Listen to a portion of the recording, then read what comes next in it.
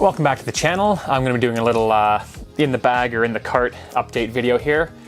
Just a little background on me as well. I've been playing for about 4 years now, I believe.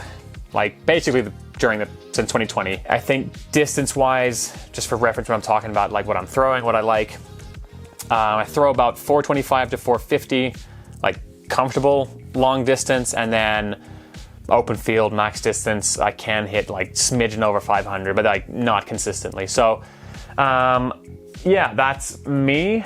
We're also here at like 3,400 feet elevation, so again, when I'm talking about stable or not, that might also be a factor. So anyways, what's new right off the bat since my last in the bag I ever did, I've got the Grip Equipment CX1 backpack.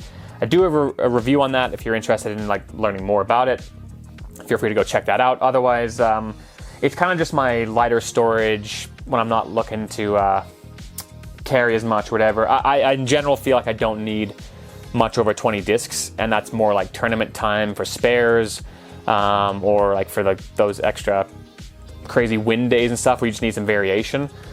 Especially in the winter though, it's nice. I've got the insert for it, so I can just load up less discs and they won't be plopping around. But then once the snow is gone, it's basically cart time. Yeah, so start with putting putter. My go-to basically for my entire 4 years, or for like 80% of that time, has been the Judge.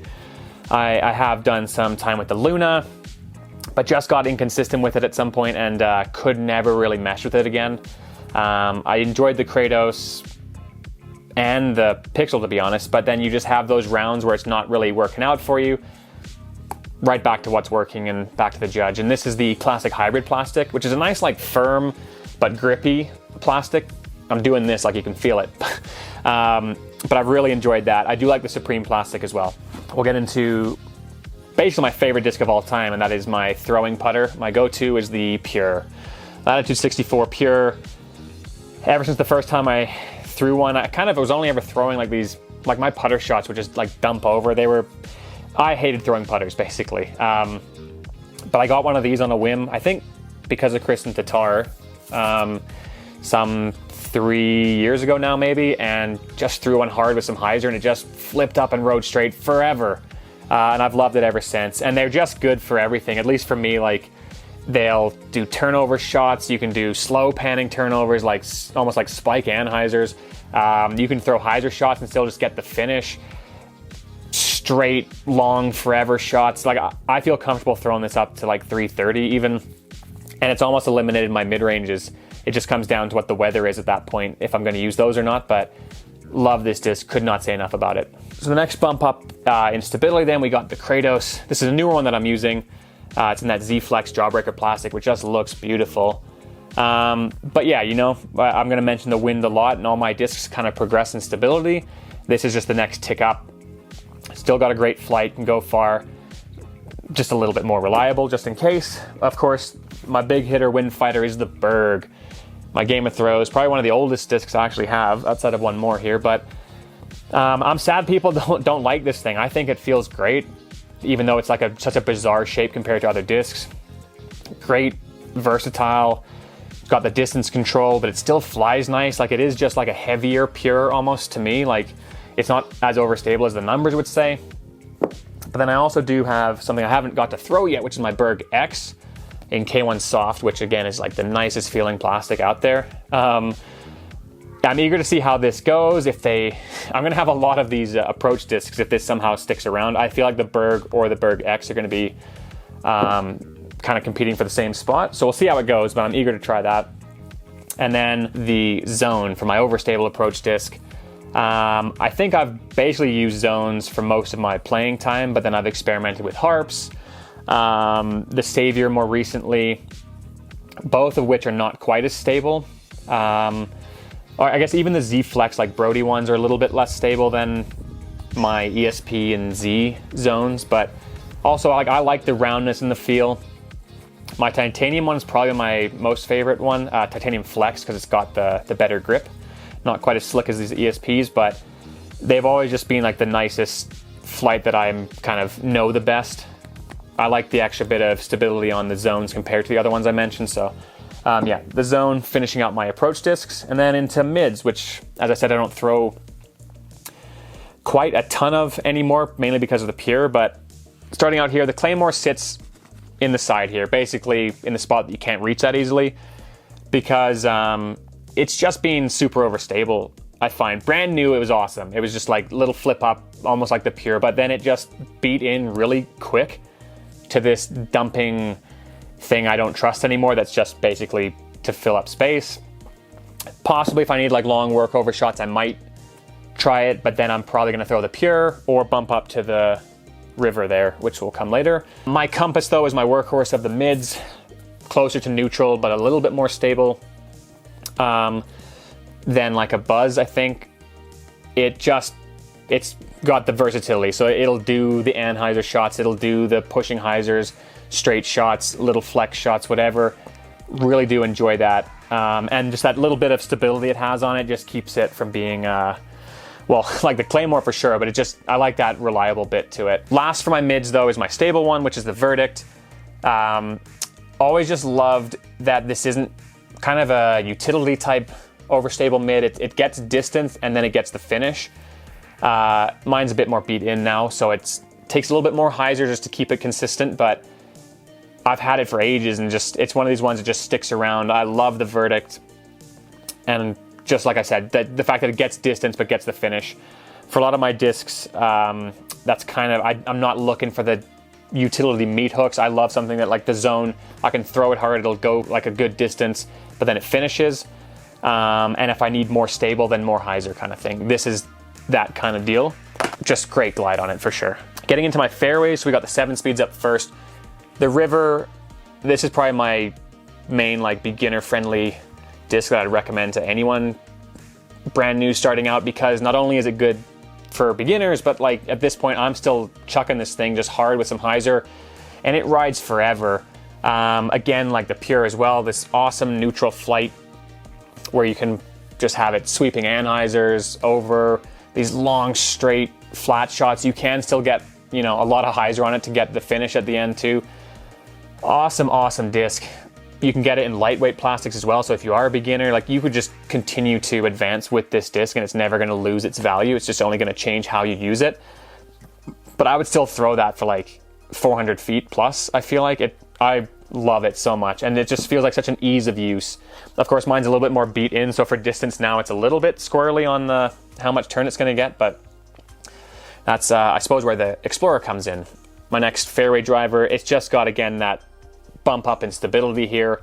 This would be the one that I throw more consistently because you can have it work over on turnover shots. You can flip up and ride long straight hyzers with finish or flex shots, whatever. The Pure, the Compass, they're all kind of my go-tos in their categories. And then lastly, to complement those would be the Glory. So just guaranteed finish, stable flight, reliable, wind fighter, all that jazz. Next up, we got the 9 speeds, and there's a little bit of overlap here between the Lots and the Undertaker. Partly, again, it's for space reasons and also just what I'm learning. The Lots is a newer one, but this like 9 speed, 5 glide, -1 turn, and 2 fade is just the ones that I kind of lean towards. I've thrown Undertakers now basically for 4 years as well. They're hard to beat. The feel of them, like the smoothness, they're not sharp. In my hand, it's probably the most comfortable in that class. And then I like to experiment with other ones though. And the Lots is, as it beats into, is more almost like the River equivalent in the 9-speed category, where it's going to need a bit more hyzer to flip up, and it's going to give you probably more flex the harder you throw it. It's been really nice though overall. The Undertaker is just that more consistent, workable. Again, like I said, in each kind of speed range, I've got these workhorse discs in that I'm probably going to use the most outside of what the wind conditions are doing. Love that disc, just being my favorite for so long, and nothing ever really can challenge it. When I've tried new discs, nothing beats it out.